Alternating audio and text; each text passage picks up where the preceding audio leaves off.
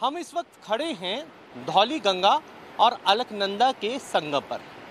ये जो पहाड़ आप देख रहे हैं ये जोशीमठ इसी शहर है वो इसी पहाड़ के ऊपर बसा हुआ है। वैज्ञानिकों की रिपोर्ट के अनुसार उन्होंने सीधे रूप से कहा है कि जो कटान की वजह से जोशीमठ में दरारें आ रही हैं। वैज्ञानिक लगातार इसकी जांच कर रहे हैं। मैं थोड़ा सा उससे पहले आपको 2021 की उस आपदा पे ले जाना चाहूँगा।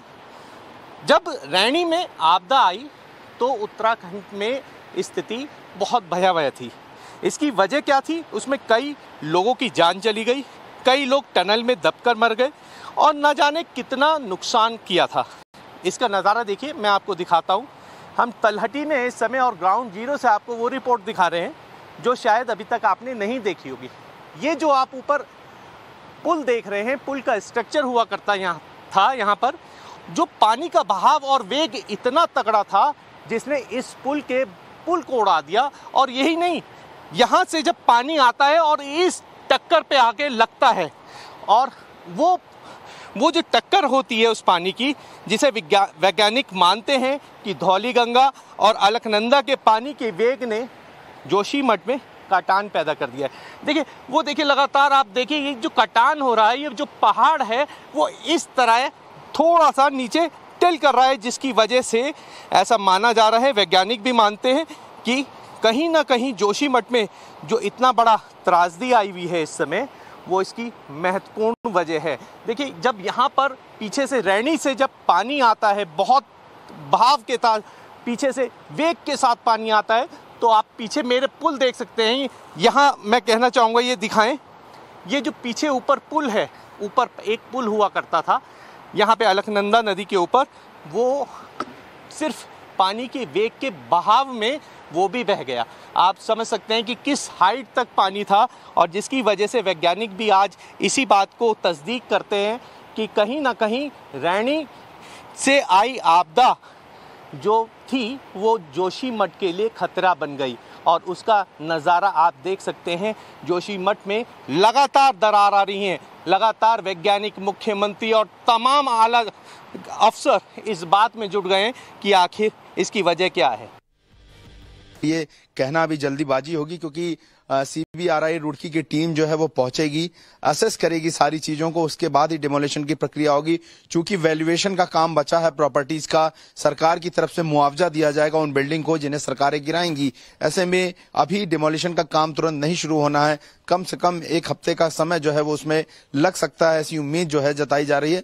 इस वक्त हम नृसिंह मंदिर में हैं और यहाँ पर थोड़ी देर पहले केंद्रीय रक्षा राज्य मंत्री अजय भट्ट पहुंचे थे और यहाँ पर मंदिर के अंदर शंकराचार्य के प्रतिनिधि जो हैं वो चंडी पाठ की तैयारी कर रहे हैं। मैं तस्वीर आपको एक बार दिखा दूंगा। यहाँ देखिए, इस चंडी पाठ का मुख्य मकसद जो होता है किसी भी तरह के विघ्न को हरने का होता है।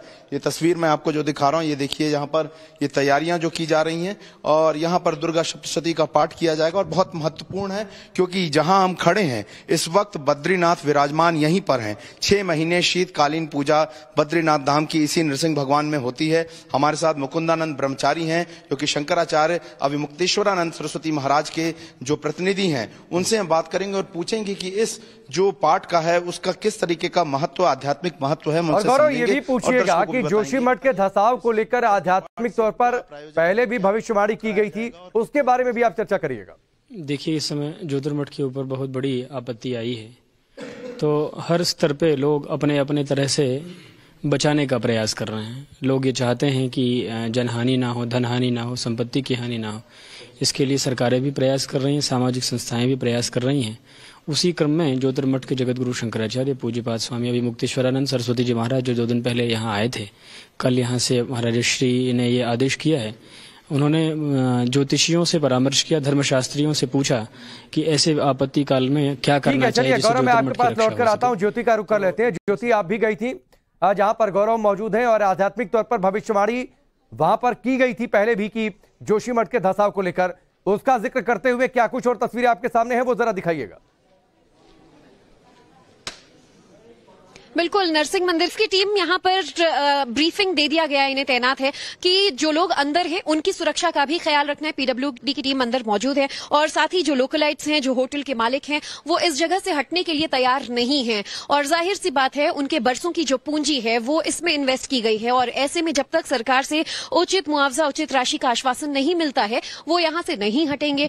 ऐसे में उन सब की सेफ्टी का जिम्मा जो है वो एसडीआरएफ की इस टीम पर मौजूद है, जो सुबह से ही इन सीढ़ियों पर मौजूद है, जो दरार पर, जो इस टूटे जमीन के ऊपर मौजूद है और किसी भी वक्त ये जो होटल है वो एक एक मिनट, एक एक सेकंड खतरे, यानी कि एक जीते जागते टाइम बॉम्ब के ऊपर मौजूद है।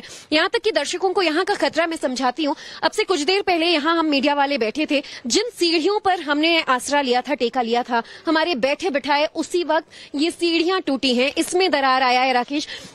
हालांकि इस पर जाना भी एक तरीके से खतरा ही है, लेकिन आपको दिखाते हैं। मैं और मेरी टीम जो कुछ देर पहले हम इन सीढ़ियों पर बैठे थे, ठीक उसी वक्त ये इतना ज्यादा कमजोर हो चुका है कि ये सीढ़ी टूटी। ये दरारें आप इस बिल्डिंग में भी देख पाएंगे, इन पर ऑलरेडी रेड क्रॉस लगा दिया गया है, यानी कि ये भी डेंजर जोन में है। और ऐसे में इन हालातों में मीडिया भी यहां से तमाम रिपोर्ट्स आप तक पहुंचा रहे हैं अपने दर्शकों तक कि किसी भी क्षण ये एक जीता जागता टाइम बॉम्ब है। बस लोग शुक्रगुजार हैं कि इस बार जोशीमठ में बरसात नहीं हुई, बर्फबारी नहीं हुई और हर साल दिसंबर के अंत तक ही बारिश या बर्फबारी हो जाती है, जिससे मौसम बिगड़ता है, जमीन और ज्यादा कच्ची होगी और धसकने के चांसेस और ज्यादा बढ़ जाएंगे।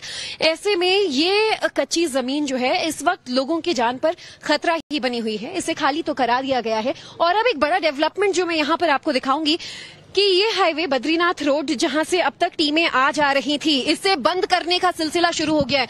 लोगों की भीड़ यहां पर इकट्ठा है जो आज सुबह से ये जान रही थी कि एक एक कर उनका घर तोड़ा जाएगा, डिमोलिशन होगी, लेकिन उनके घर पर ये आफत आज के दिन आएगी ये उन्होंने नहीं सोचा था। तमाम गाड़ियां जो यहां से आ रही थी, इस रास्ते को अभी बंद किया जा रहा है। इस रास्ते को क्यों बंद कर रहे हैं भैया? जी हमको पता नहीं है। आपको कहा गया है? देखिए, अब जानने की कोशिश करते हैं, ये रास्ता क्यों बंद किया जा रहा है? यहाँ से तो अभी मेन रोड है, गाड़ियाँ आती जाती है ना। ये दोनों होटल टूटेगा, ये परेशान हो जाएंगे, तो लोग परेशान हो जाएंगे, लोग परेशान हो जाएंगे। हमारी गाड़ियाँ उस साइड हैं, लोग उस साइड हैं, आना जाना कैसे होगा? आना जाना हुए रास्ता जाएंगे ऊपर ना। हाँ, तो किसने कहा है ये बंद करने के लिए? ये शासन प्रशासन से। और ये बिजली के खंभे हम देख रहे हैं, पूरी बिजली अंदर की काट दी गई है। हाँ, ये इस लेन का काटा हुआ है।